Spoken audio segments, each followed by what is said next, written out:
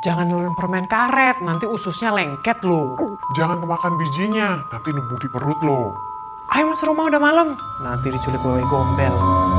Bener nggak sih? Yuk berpikir kritis. Ketika kita dewasa, kita tahu cerita tadi sebetulnya tidak logis. Tapi tidak jarang pola pikir yang tidak logis ini terbawa hingga dewasa, sehingga membuat kita percaya pada hal-hal yang sebetulnya masih cuma asumsi.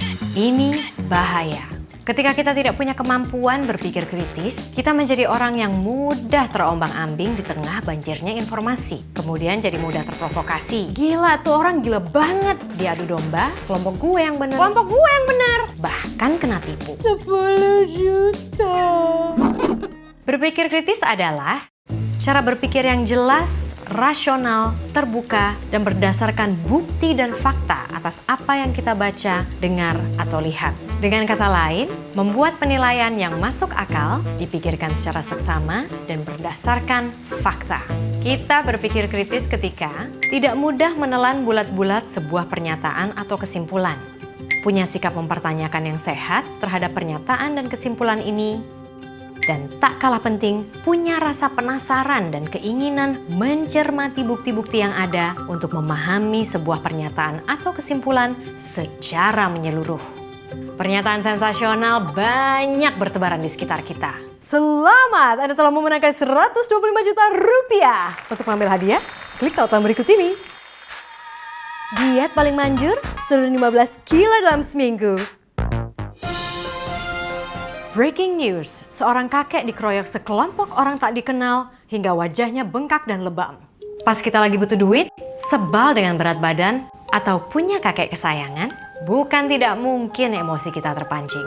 Kemudian malah jadi kehilangan uang, ikut diet ketat berbahaya, atau menyebar info yang membuat massa marah demi membela kakek malang yang ternyata hanya seorang aktor sandiwara. Setiap menerima informasi, tidak ada salahnya Anda mengenakan kacamata skeptis Anda dulu. Lalu, banyaklah bertanya pada diri sendiri dan orang lain. Contoh, pernyataan, menelan permen karet membuat usus lengket. Apa benar?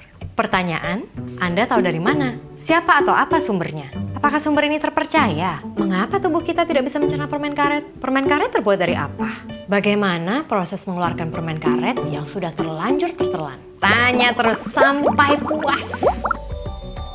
Setelah ditelusuri, larangan menelan permen karet ternyata muncul karena kekhawatiran tersedak permen karet, tahayul turun-temurun, dan fakta bahwa tubuh kita memang tidak punya enzim yang membantu mencerna permen karet. Tapi permen karet akan tercampur dengan feses dan akhirnya keluar dari tubuh kita. Jadi kesimpulannya, menelan permen karet tidak membuat usus lengket. Sederet pertanyaan kritis kita melahirkan bukti dan jawaban pasti yang menjadi dasar kita mengambil keputusan, baik itu keputusan kecil atau besar dalam keseharian kita. Berpikir kritis adalah keterampilan seorang pemimpin. Mau maju? Mulai asa dan biasakan berpikir kritis.